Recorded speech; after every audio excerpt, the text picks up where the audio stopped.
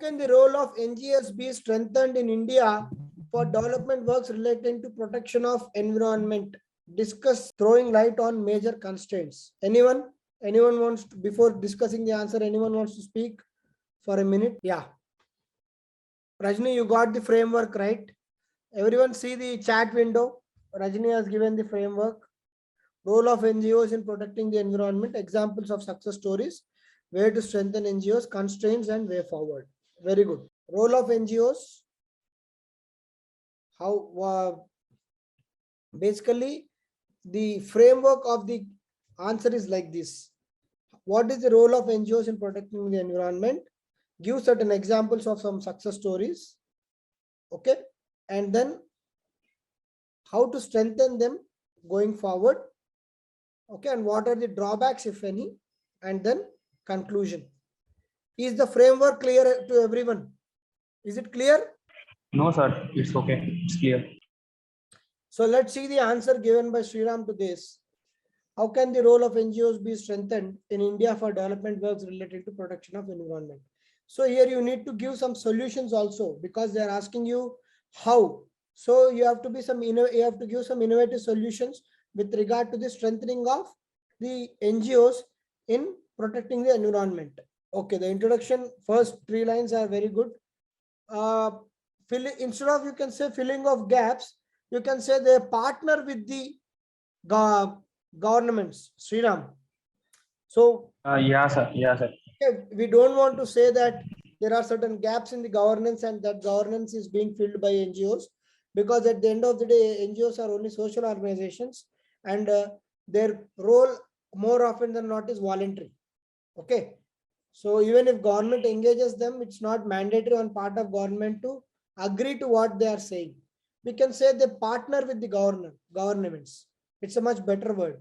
Okay. Or engage with the government. Yeah. Okay, sir. The role of NGOs can be strengthened by the following factors. So here be specific with regard to the environment, Sriram.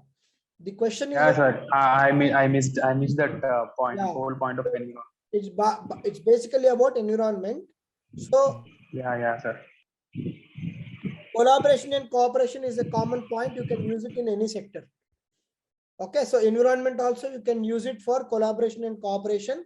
And one of the very good way, because in this you are asked for solutions. Okay, if I were to write this answer, I'll use one point: involving NGOs in environmental impact assessment, EIA.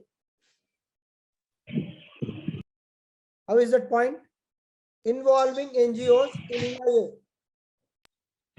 It's good, sir. And it's a more concerning and contemporary issue. Yes, because the EIA is being done by the district officials in presence like Janta Darbar. By involving NGOs, you will listen to various stakeholders and their legitimate concerns, and also NGOs can add some value to the discussion.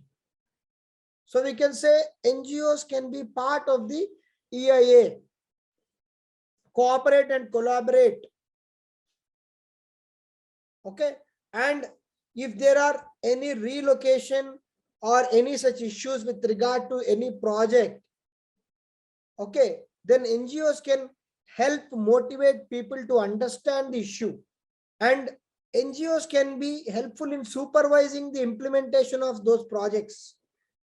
And also NGOs can be helpful in executing the project with minimal impact towards the environment, and they can be asked to be independent agencies to monitor the implementation of project and submit confidential reports to green tribunals.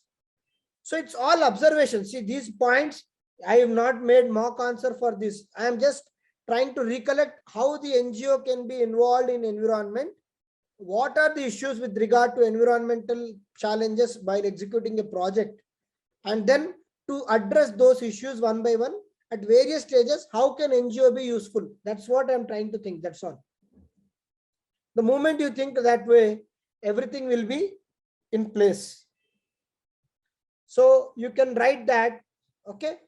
And then major constraints for NGOs is lack of expertise, lack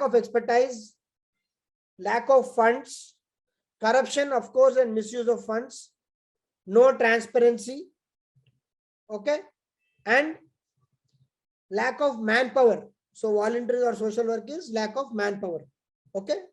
So you have told the major constraints, you have given the environmental aspects of the NGO, and then you can conclude again. For any NGO question, the conclusion can be more or less about the collaboration, empowerment of NGOs, spreading awareness, okay, involvement of NGOs. All these are the common things for NGOs and SHGs. Okay, you can conclude simply by saying NGOs, again, same conclusion you can of the first question, you can use for second question also. They are like the oxygen to the society, and they have to be more and more used for the collaboration for implementing projects and schemes of the government. And with regard to the environmental projects, which require larger consensus and also have direct implication on the sustainable development of the nation, NGOs with proper expertise and knowledge shall be used in appropriate ways and means to enhance the mechanism of protecting the environment. Is it clear?